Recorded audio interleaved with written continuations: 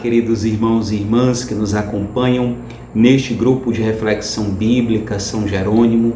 Sejam todos bem-vindos e bem-vindas neste dia 13 de junho, memória litúrgica de Santo Antônio de Pádua.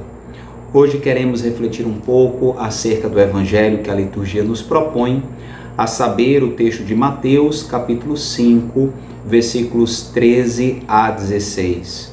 Trata-se da continuidade, praticamente, das famosas bem-aventuranças. É o texto que vem imediatamente depois. Ou seja, estamos no contexto chamado Sermão da Montanha, no qual Jesus oferece a seus seguidores, a seus discípulos, novas interpretações da lei, um sentido ainda mais aprofundado. A releitura que Jesus oferece apresenta o coração da lei, e não apenas a aparência. Nesse sentido, ouvistes o que foi dito, eu, porém, vos digo. Jesus assim vai radicalizar a lei.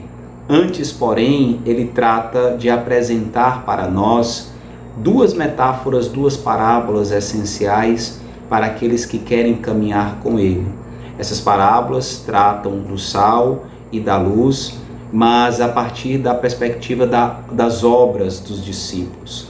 Jesus vai comparar as boas obras de seus discípulos com o sal e com a luz do mundo, fazendo assim com que nós possamos perceber um pouco mais a necessidade urgente de que a nossa dinâmica de fé seja sempre nutrida e alimentada por uma ortopraxis, quer dizer, um modo correto de agir. Aquilo que nós professamos deve reverberar, deve ressoar na nossa vida, fazendo assim consonância entre aquilo que se acredita e aquilo que se vive. E por isso, então, Jesus fala para os seus discípulos, primeira metáfora, a do sal, que nós somos sal da terra. Vós sois sal da terra. O que significa isso? Basicamente, duas características principais do sal, importante para esta metáfora. A primeira delas é dar sabor. Inclusive, Jesus faz referência nesse texto. Dar sabor significa dizer a nós que nós precisamos, de fato, com os valores do Evangelho, com a vivência do amor, da justiça, do reino de Deus, nós precisamos dar esse sabor evangélico ao mundo, um sabor que se fundamenta nas atitudes de Jesus Cristo. Uma segunda característica do sal, que é livrar da impureza, quer dizer, evitar que a corrupção, que aquilo que muitas vezes distancia do reinado de Deus, toque o mundo. Então é necessário que o discípulo tanto esteja disposto a dar sabor ao mundo, como também, por meio do seu testemunho, livrá-lo da corrupção, daquilo que vai na contramão do reinado de Deus. Desse modo se torna testemunha necessária, testemunha rica diante do mundo, daquilo que significa viver o Evangelho. Por outro lado, Jesus usa uma segunda metáfora, a luz. A luz que serve para iluminar, mas também serve para nortear.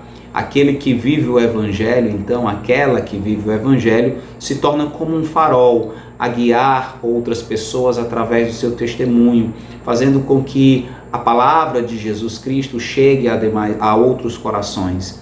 E nesse sentido, então, o Evangelho de hoje quer nos fazer perceber como o testemunho das boas obras se faz necessário na dinâmica do reino. O discípulo de Jesus Cristo, o discípulo do Mestre Jesus, deve se comprometer com as obras semelhantes a dele, a fim de que nós possamos testemunhar que de fato o Senhor tocou e toca as nossas vidas.